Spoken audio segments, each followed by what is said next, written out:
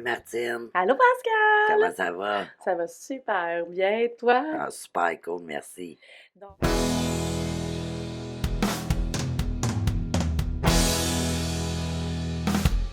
euh, on va y aller avec une autre que je trouve, dans le fond, un autre mythe que je trouve qui est dans le fond très courant, c'est de croire que le conjoint violent, il va être agressif dans toutes les sphères de sa vie, puis il va être dominant partout, puis c'est facile à reconnaître dans le fond quelqu'un Qui est violent. qui est violent. C'est-tu si facile que ça? Non, parce que justement, c'est une minorité où est-ce qu'ils vont être agressifs, là, pratiquement sur tous les plans. La vaste majorité, ça va se passer justement dans le privé, dans le volet intime, relationnel de leur vie. C'est pour ça que dans les médias, souvent, ce qu'on entend quand justement il y a des meurtres conjugaux, des fois, tu entends les petits reportages là, avec les voisins, l'entourage, on n'aurait jamais pensé. Il Ça était semble. fin, il m'a Ouais, aidé à faire mon cabanon l'été ouais. passé. On faisait des barbecues ensemble. Ouais, vraiment. Fait que c'est ça. Fait que de l'extérieur, ben, justement, c'est très, très, très difficile à deviner. Puis, fait que voilà, fait que non. Puis c'est souvent justement des bons amis, des bons voisins. C'est des gens souvent qui vont être serviables. Donc, justement, aux yeux des autres, ils montrent un pan de leur personnalité qui, encore une fois, n'est pas la leur, mais justement pour mieux manipuler.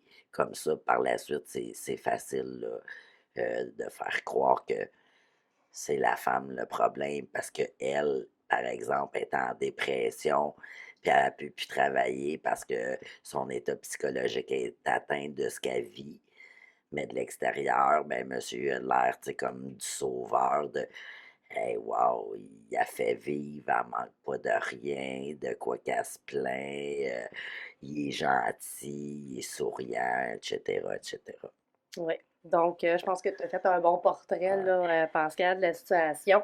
Euh, donc là, on va aller sur un petit terrain glissant, je trouve, parce que c'est souvent un mythe à déconstruire. Que si mon conjoint fait une thérapie, ça va régler son problème de violence. Donc, Ouais, puis effectivement, t'as raison, puis on l'entend beaucoup, là, tu sais, là, il m'a promis qu'il irait faire une thérapie ou il a commencé une thérapie, etc. Euh, ben, déjà de le faire, ben, à la limite, j'ai envie de dire quand même bravo. Tu sais, c'est un effort, c'est une action qui est posée.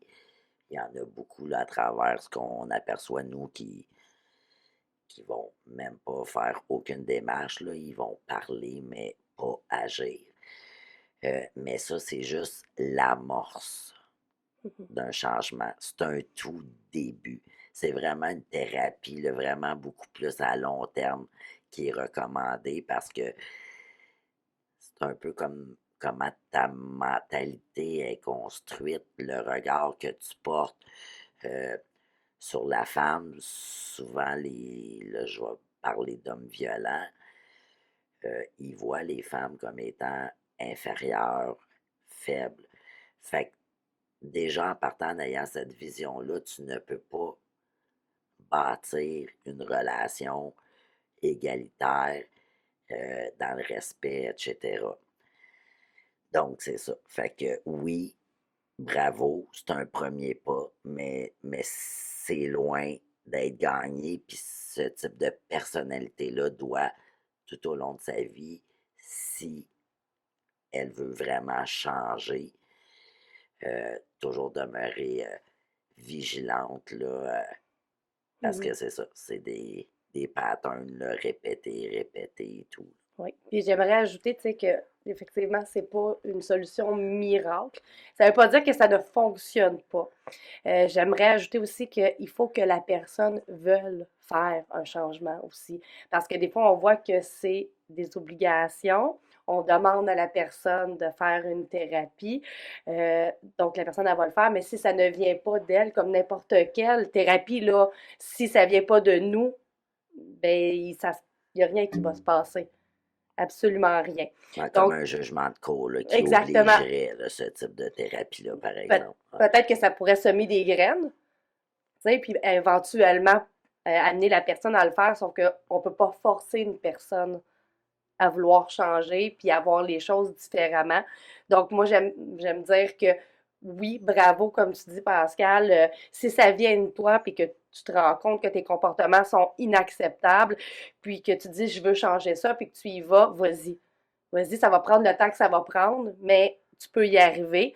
D'un autre côté, ce que j'ai envie de dire, c'est que souvent, il y a des femmes qui croient que ça va régler la situation. Et ce que je veux aussi dire, c'est que des fois, oui, la personne peut améliorer son comportement, peut avoir des changements, mettre des choses en place, mais des fois, le mal a été fait et il reste des traces dans la relation qui pourront pas être réparées Tout à avec une fait. thérapie. Ouais.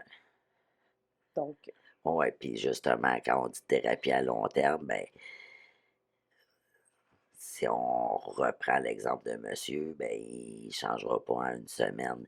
Puis même s'il y a des moments d'accalmie, comme on l'a vu dans le cycle, ça ne veut pas dire que c'est un réel changement qui est en train de s'installer, là. Ça peut être juste justement la phase de la lune de miel pour reconquérir, pour redonner espoir à madame, là. Fait que ça, c'est un investissement sur du long terme là, que la personne violente doit absolument. faire.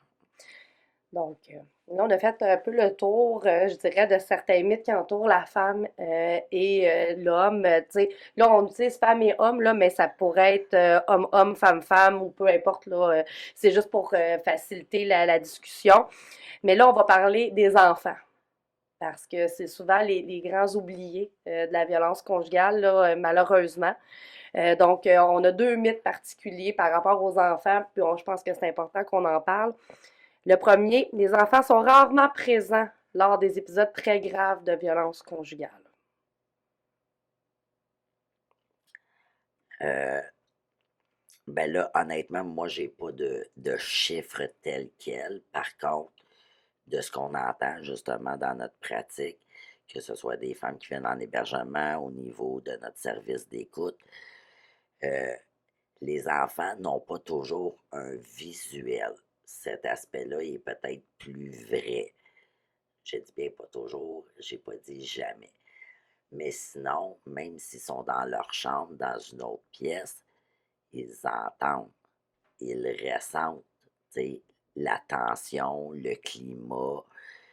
euh, donc, automatiquement, tu sais, ce n'est pas des témoins toujours visuels, mais ils sont présents. Puis ça a des répercussions puis des incidences sur eux, là, tu sais. Mais ne serait-ce que de voir un parent avoir peur, voir un parent pleurer, euh, et sentir la détresse d'un parent, là, quand on est un enfant, là, on veut être rassuré, on a besoin de sécurité, tu sais. Et quand on a l'impression que notre parent peut même pas nous offrir ça à ce moment-là parce que lui-même n'est pas capable d'assurer sa propre sécurité, mais oui, il y a une détresse qui se crée aussi chez l'enfant, puis ça peut se manifester de plusieurs façons. Mhm. On va d'ailleurs aborder ce sujet-là éventuellement. Donc, les enfants, même s'ils ne voient pas la violence, ils la ressentent, ils l'entendent, et il y a beaucoup plus de conséquences qu'on peut le penser. Tout à fait. Puis la dernière, qui fait la suite un peu, c'est que les enfants sont faits forts, ils vont finir par oublier ça, l'exposition à la violence, puis ils seront pas traumatisés. Mais c'est ça. Nous, notre pratique, nous démontre clairement que rares sont les enfants là, qui ont peu de répercussions de tout ça. Tu l'as bien expliqué là, juste avant, ne serait-ce que les sentiments qu'ils ressentent, est-ce qu'ils ont pu ou non en parler à quelqu'un de significatif pour eux ou pas, ou s'ils ont porté ça sur eux pour justement par peur eux aussi ou pour toute autre raison, si on gardait ça pour eux, pendant combien de temps? Est-ce qu'on parle de une semaine, 10 ans?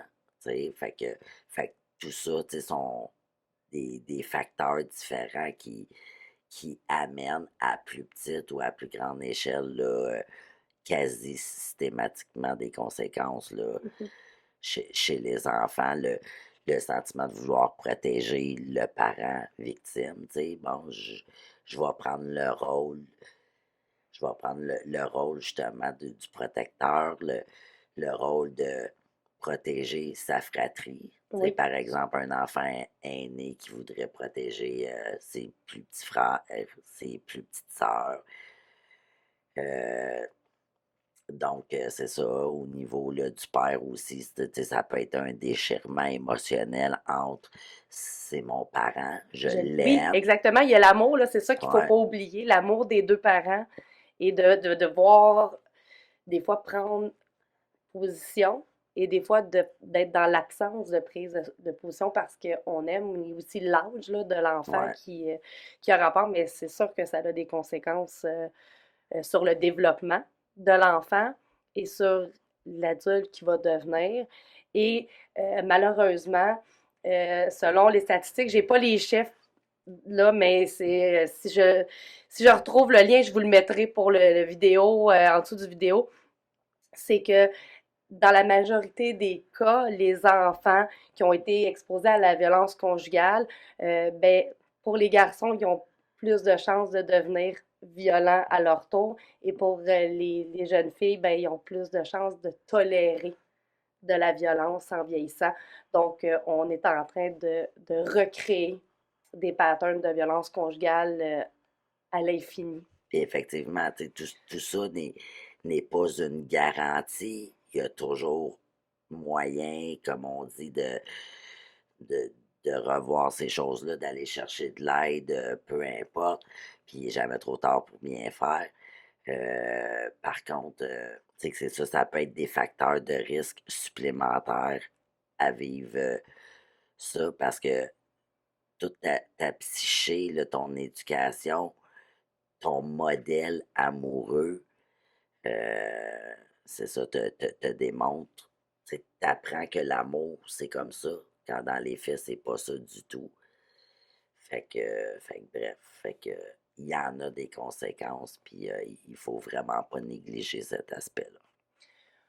Effectivement. Puis là, on va y aller avec deux derniers mythes, dont un que je trouve super important pour les jeunes, parce que moi, j'ai des enfants, je vois beaucoup de jeunes passer chez moi, j'entends beaucoup de discours, et il y en a un qui revient beaucoup et que je croyais pas qu'en 2022 était encore là. Et là, je me rends compte que, oh, attends une minute, il faut démystifier tout ça. La jalousie est une preuve d'amour. Donc, quand j'entends ça de la bouche des jeunes, personnellement, ça me fait un peu peur parce qu'on normalise la jalousie. Tu sais, la jalousie, là, c'est un sentiment d'insécurité par rapport à la fidélité d'une personne. Euh, Puis, ben, c'est de ne pas faire confiance à l'autre ou de ne pas se faire confiance parce que ça dépend de quel bord on voit ça. Puis, ben, les personnes qui sont dites jalouses ont certains comportements que moi, je veux parler parce que je trouve que ça n'a pas de sens de contrôler les Ouais. allées et venues d'une personne. T'étais où, avec qui? Ah ouais, ben si tu vois telle personne, c'est parce que blablabla. Qu'est-ce qu'elle t'a dit? Qu'est-ce qu'il t'a dit? Oui, exactement. De limiter les amitiés de l'autre sexe ou peu importe là, par rapport au fait que ben tu sais, moi j'étais avec un homme ou j'étais avec une femme, mais là la personne ne veut pas que je vois une personne ou avec qui je pourrais avoir une attirance parce que en disant que ça se fait pas. Sinon ben c'est de contrôler Au niveau des vêtements aussi. le vêtement, habille-toi pas comme ça, tout le monde va te regarder. Les réseaux sociaux de vouloir voir les messages. Montre-moi ton cellulaire, à qui tu parles. Ben moi, ça, Ça m'inquiète beaucoup parce que c'est des comportements de contrôle. J'ai souvent entendu un de mes jeunes me dire ben c'est normal, on se donne tous nos mots de passe. Ah oui? Moi, je trouve pas ça rassurant. Ça m'inquiète même, tu sais, je veux dire, c'est normal même en couple d'avoir un jardin secret. Il y a peut-être des choses qu'on n'a pas envie de parler.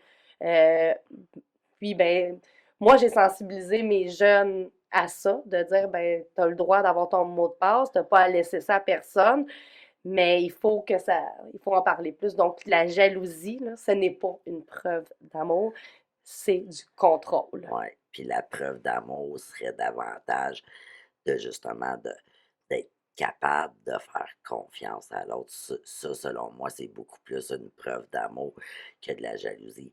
La jalousie, à la limite, c'est un sentiment. Donc, on peut la ressentir, OK? Mais c'est ce qu'on fait avec. Fait que je la ressens pour X raisons, je manque d'estime de moi, etc. J'ai été beaucoup trahi, abandonné dans ma vie. Fait que là, ça vient comme susciter ces blessures-là. Fait que, tu sais, de le ressentir, ça peut être compréhensif. Sauf que c'est qu'est-ce qu'on en fait avec ça. Puis si ça nous amène justement à porter des gestes de contrôle, ben là, on est justement dans la lignée de la violence. Exactement. Puis le dernier mythe qu'on veut vous exposer, c'est un qui est comme vraiment très important parce que ça implique tout le monde de la société, ça l'implique même, tu sais, que ce soit la police, que ce soit les tribunaux, que ce soit tout le monde qui entoure les gens qui vivent la violence, là. C'est le fameux mythe qui dit que la violence cesse lorsqu'on met fin à la relation. Ah, mais c'est vraiment bien là, comment tu l'amènes, là, justement, c'est beaucoup ça qu'on entend. Lors du présent épisode, je vous disais justement que parfois l'entrée, une façon d'entrer en maison d'hébergement, c'est via l'intermédiaire des policiers qui interviennent justement dans un contexte de violence conjugale, puis veulent mettre, par exemple, la femme en sécurité à ce moment-là. Mais c'est ça, c'est temporaire. Au contraire, tu sais, la violence conjugale risque beaucoup d'augmenter au moment de la séparation parce que la personne qui contrôlait l'agresseur sent qu'il n'aura plus ce contrôle-là sur l'autre personne. Là, il risque d'être encore plus dangereux que la violence se manifeste de façon plus grave, plus intensive, que ce soit au niveau du harcèlement, des lieux que la personne fréquente et tout, là. Fait De au contraire, là. de contacter les membres de la famille de l'autre personne, Eh ou, où, qu'est-ce qu'elle fait, puis d'essayer aussi de revoir le contrôle sur l'autre. Tu sais, comme tu parlais d'harcèlement, là, on peut peut-être le définir, l'harcèlement, là, c'est d'essayer de rentrer en contact avec une personne de façon répétée, malgré le fait que la personne a demandé de cesser. Donc, il y a souvent ça. Donc, ça ne met pas fin à la violence, la fin de la relation, ça met fin à la relation. Après ça, il y a tout un processus pour mettre fin définitivement à la violence qui n'est pas si simple, mais qui est faisable et qu'on peut avoir du soutien pour le faire. tout à fait. Puis juste pour boucler, quand c'est un contexte où est-ce qu'il y a des enfants, pour faire un lien avec les enfants, ben c'est aussi une autre façon pour Oui, l'agresseur de garder une forme d'emprise sur son ex. Les enfants, tu sais, justement, voient leurs deux parents. Fait que, tu sais, c'est pas simple, là, justement, à, à gérer cette situation-là. Puis comme tu dis, il y a plein de démarches, là, mais si t'es seul, tu peux aller te réfugier beaucoup plus loin quand il y a des enfants dans la relation. Là, ça complexifie là, la séparation, puis ça fait en sorte que le partenaire violent tente là, de toutes les façons inimaginables là, de garder justement le contrôle et mm, l'emprise. absolument. Puis on appelle ça de la violence post-séparation. Exact, ouais. Et on pourra en faire un épisode, je crois, complet pour mieux expliquer c'est quoi puis comment c'est perçu puis les stratégies utilisées parce que je pense que c'est important que vous soyez au courant que ça existe et que ça aussi, ça a beaucoup de conséquences dans la vie des victimes et de leurs enfants. Ouais, puis qui fait un tour avec le mythe qu'on disait tout à l'heure, ben, qui fait un retour plutôt, ben, tu sais, que la personne parte, tu sais, mais même quand elle part, tu sais, ça peut se poursuivre quand même, là. Fait qu'il y a tout ça à prendre en ligne de compte. Ce qui est important de se souvenir par rapport à la violence conjugale, c'est que la violence conjugale est un crime. La personne violente est la seule responsable de ses actes et on ne saurait la déresponsabiliser en mettant l'accent sur les problèmes qu'elle a vécus ou sur la consommation d'alcool ou de drogue. Aucune victime n'a mérité l'agression subie. Beaucoup plus de femmes que d'hommes sont victimes de violences conjugales. La violence conjugale est une prise de contrôle plutôt qu'une perte de contrôle. L'homicide conjugal est un meurtre plutôt qu'un drame conjugal. L'homicide conjugal est généralement l'aboutissement d'une longue relation de violence, de domination et de contrôle. Il constitue la pointe de l'iceberg de la violence conjugale. De l'information sur les sujets suivants peut aider les victimes à se reconnaître et les témoins à identifier la violence conjugale. Ici, on parle du cycle de la violence conjugale, les formes de violence conjugale, les conséquences sur les victimes, les raisons poussant les victimes à rester avec l'agresseur et les signes avant-coureurs de l'homicide. Et en dernier, les médias peuvent jouer un rôle important dans la prévention de la violence conjugale en faisant connaître les ressources d'aide aux victimes en violence conjugale et en précisant comment l'entourage peut aider une victime de violence conjugale. Ces informations se trouvent dans la trousse média de l'INSPQ, dont vous pouvez trouver le lien dans la description du vidéo. Puis, tu sais, plus on parle, toi et moi, là, puis plus que ça nous donne des idées aussi de prochains épisodes. On manque pas d'idées, ça c'est clair. Fait que voilà. Fait que je pense que pour aujourd'hui, On a fait le tour des mythes. Je pense qu'on aurait pu continuer longtemps. On va s'en garder pour un prochain épisode. Donc, la semaine prochaine, on parle de quoi, Pascal?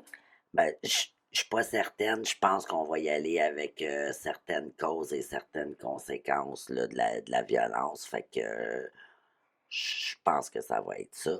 Puis d'ici là, ben évidemment, on vous demanderait de cliquer j'aime, de partager, de vous abonner à nos différents réseaux sociaux. On compte sur vous. On a envie d'être là pour rester. Donc, Prenez soin de vous. à la semaine prochaine. Bye! Bye.